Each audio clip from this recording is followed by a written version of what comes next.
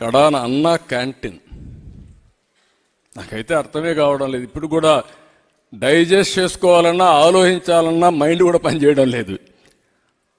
అన్నా క్యాంటీన్ ఒక కాన్సెప్ట్. అది ఎవరైనా పెళ్లి చేసుకున్నా లేకుంటే మీ జన్మదిన సందర్భంగా కానీ 10 మందికి అన్నదానం చేయాలంటే అన్నా క్యాంటీన్ బుక్ చేసుకునే అవకాశం ఉంటుంది. ఎన్టీ రామారావు గారు మొట్టమొదటిసారిగా ముఖ్యమంత్రి అయినప్పుడు తిరుమలలో దేవస్థానం తరపున అన్నదాన కార్యక్రమం ఏర్పాటు చేస్తే అది ఈరోజు 1000 కోట్ల రూపాయల కార్పస్తో చాలామంది బుక్ చేసుకుంటున్నారు. ఒకరోజు పెడుతున్నారు, ఒక పూట పెడుతున్నారు, డబ్బులు ఇస్తున్నారు. ఉచితంగా 1,00,000 మందికి ప్రతిరోజు అన్నదానం చేయగలుగుతున్నారంటే అది ఆ అన్నా క్యాంటీన్ యొక్క ప్రయోజనం. అలాంటి దాన్ని మొత్తం పేదవాడికి తిండి పెడితే అది భరించలేని ముఖ్యమంత్రి దాన్ని కూడా ఇది చేసే పరిస్థితికి వచ్చారు. కడాన మీరు ఒకసారి చూస్తే ఎలాంటి మనస్తత్వం మీరు అందరూ గుర్తుపెట్టుకోవాల్సిన అవసరం ఉంది. పవన్ కళ్యాణ్ గారు ఇప్పటం గ్రామంలో ఆ రైతులు చేసిన నేరం ఏంటి? వారు మీటింగ్ పెడితే ఆ మీటింగ్కి స్థలం ఇచ్చారు.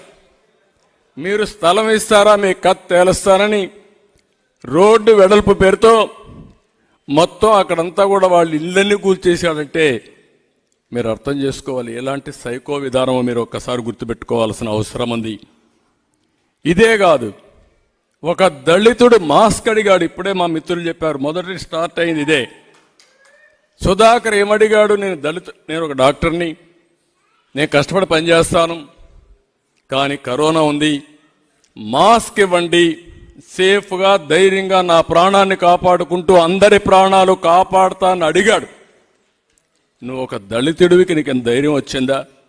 నన్ను క్వశ్చన్ చేస్తావని ఉద్యోగం నుంచి డిస్మిస్ చేయడమే కాకుండా వేధించి పిచ్చివాణ్ణి చేసి కడకు పొట్టన పెట్టుకున్న వ్యక్తి ఈ ముఖ్యమంత్రి. ఏమనాలి నాకైతే ఇప్పుడు కూడా అర్థం కాలేదు.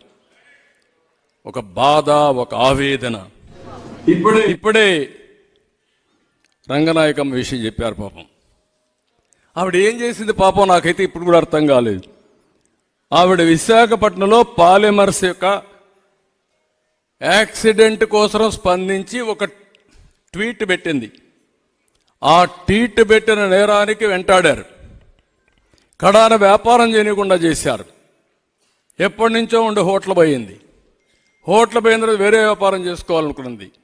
ఆ వ్యాపారం చేసుకోవాలంటే అది కూడా పర్మిషన్ లేకుండా వేటాడితే కడాన ఇక్కడ ఉండి తిండి కూడా లేదు, ఈ రాష్ట్రంలో బతకలేమని హైదరాబాద్కి వెళ్ళిపోయింది ఆవిడ. ఇంకా నా జీవితంలో ఇక్కడ రాలేనని చెప్పి వెళ్ళిపోయిందంటే ఏం చెప్పాలో మీరు అర్థం చేసుకోవాలి. అదే కాదు, నంద్యాలలో వైసీపీ నేతలు వేధింపుల కోసం అబ్దుల్ సలాం ఒక వ్యక్తి, అబ్దుల్ సలాం చూస్తే ఇప్పుడు కూడా నాకు బాధేస్తుంది.